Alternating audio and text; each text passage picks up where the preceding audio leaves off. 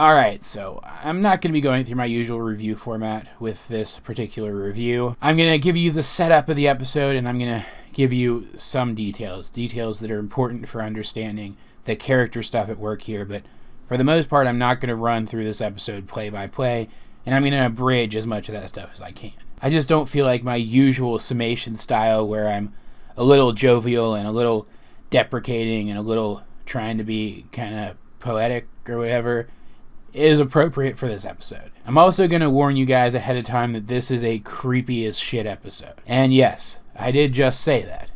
I don't swear in these reviews, and I just swore in this review.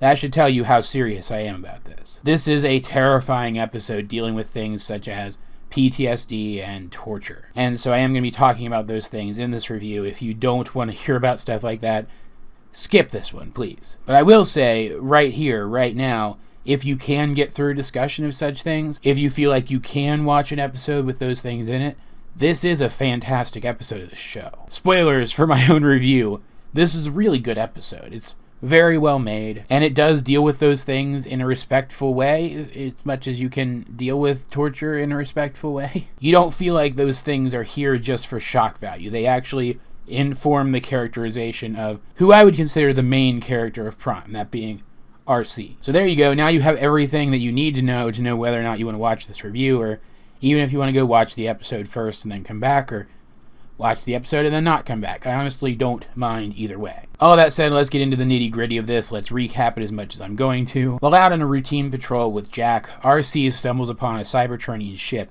and through some context details, she recognizes who flew this ship to Earth. She recognizes that it belongs to her old enemy, Arachnid, that being a portmanteau of air and arachnid. The first in the aligned continuity's tendency to give villain characters animalistic robot forms rather than beast modes, when they want them to have animal qualities. Arachnid is, as her name suggests, very much based on a spider in her robot mode. Her vehicle mode is just a helicopter. In terms of the way that she presents herself, she's actually very reminiscent of Black Arachnia from the Beast era, with spider traits in her robot mode, compelling her to act in spidery ways even in her robot mode. But this is a very different beast. Black Arachnia was spidery, but still a good person and still a person at her core. Arachnid is a complete monster. She is by far the most evil creature in the entirety of the aligned continuity. And recognizing that Arachnid is on Earth, RC is for the first time terrified. It's the first time we've seen her afraid in the series, save for when she was thinking about the possibility that she had lost Cliffjumper, her partner, out in the field. And it is thanks to this episode, it's thanks to watching this episode that we know why. That we know why that was. Because it's in this episode that we learn that RC had another partner before Cliffjumper, and she lost him too, at the hands of Arachnid. As RC is fighting against Arachnid, because of course they do bump into each other in this episode, she starts to flash back to the events of the war, that being the Great War for Cybertron, to a time when she and her then partner, I think it was Tailgate, who is an established Transformers character, so it's kind of an even extra bummer what happens to him here. She and her then partner Tailgate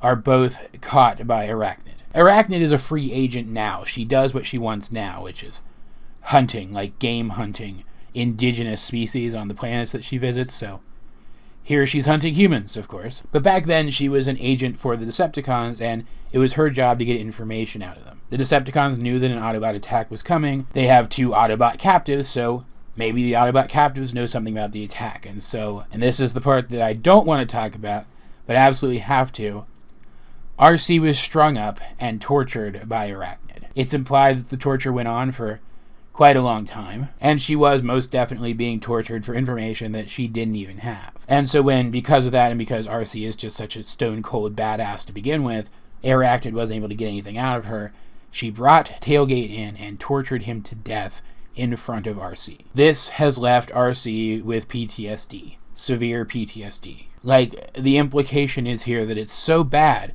that as she's fighting this very crucial life and death fight, she is flashing back to that instance, and she can't help but do that. She can't help but relive what happened, and it affects her profoundly. This explains so much about RC's character. It explains why she tried to remain aloof and not get attached to Jack even though she likes him so much. It explains why in this same episode, when he tried to insist that he's her partner now, or at least he can be, she was resistant to that idea. And it very painfully, I think, very emotionally, explains why she was so slow to accept the idea that Cliffjumper might have died. She just needed that much extra time to process that this might be happening to her again. The rest of the episode is mostly spent with Arachnid chasing Jack around, meaning to game hunt him. I'll put it that way. Because, I mean, she came here to do that to at least one human anyway, and hurting this human will harm someone who she wants to harm, so why not? And Jack only really evades her for the most of the time that he evades her,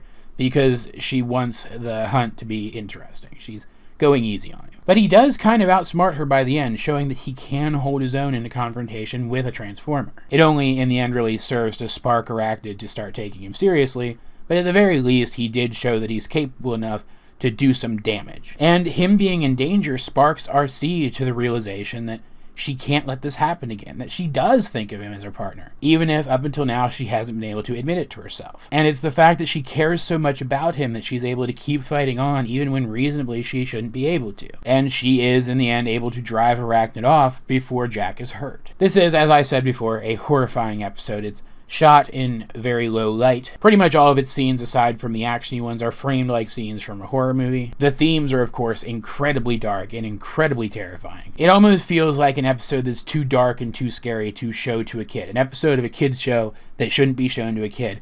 But at the end of the day, it doesn't end up being that. The torture stuff is left implicit enough that a kid's not going to realize what's going on, and even the death of Tailgate was only implied. And stories like, let's use Coraline as an example, prove that kids at a young enough age like to be scared as long as the story that's scaring them shows that the scary thing can be overcome. And Arachnid is, at least in the context of this episode, overcome by the heroes. And at the end of the day, I do like the message that this episode ended on. RC is almost completely shut down by all the pain and loss that she's feeling. She's almost left completely despondent, and yet thinking about Jack being hurt, she is able to overcome those things long enough to free herself, not just from where Arachnid had her trapped, but from all of the horrors running through her mind, at least long enough to save this person who she cares about. This episode didn't make light of her past experiences, it didn't make light of the PTSD that she is experiencing, but it did show that things like that can be overcome, that you can push forward, even with those things being part of who you are, and still forge a better future for yourself. And I find that flat out inspiring. This episode may be dark, but there is that ray of light to cut through that darkness, and that's what makes all the difference. Arachnid as a villain is absolutely fantastic. As I said, she's a super dark character and she's pure evil, but she never really devolves into like a mustache-twirling Saturday morning cartoon villain or a Rita Repulsa type or anything like that. Out of all of the really cool villains who have been introduced recently, she's the one who, at least as far as I'm concerned, remains the most consistently threatening throughout her entire time on the series. If Mech are the interesting, in theory, human Decepticons, and Knockout is the villain that you kind of like, Arachnid is the villain who you love to hate in this show. She's the kind of villain who, when you see she's going to be in an episode, you dread her presence, but you're also mesmerized by it. You're also happy that she's there at the same time. Like, I hate her, and every time we see her, I hope that someone just gets in that killing shot, and yet every time I see that she's going to be in an episode, I get excited.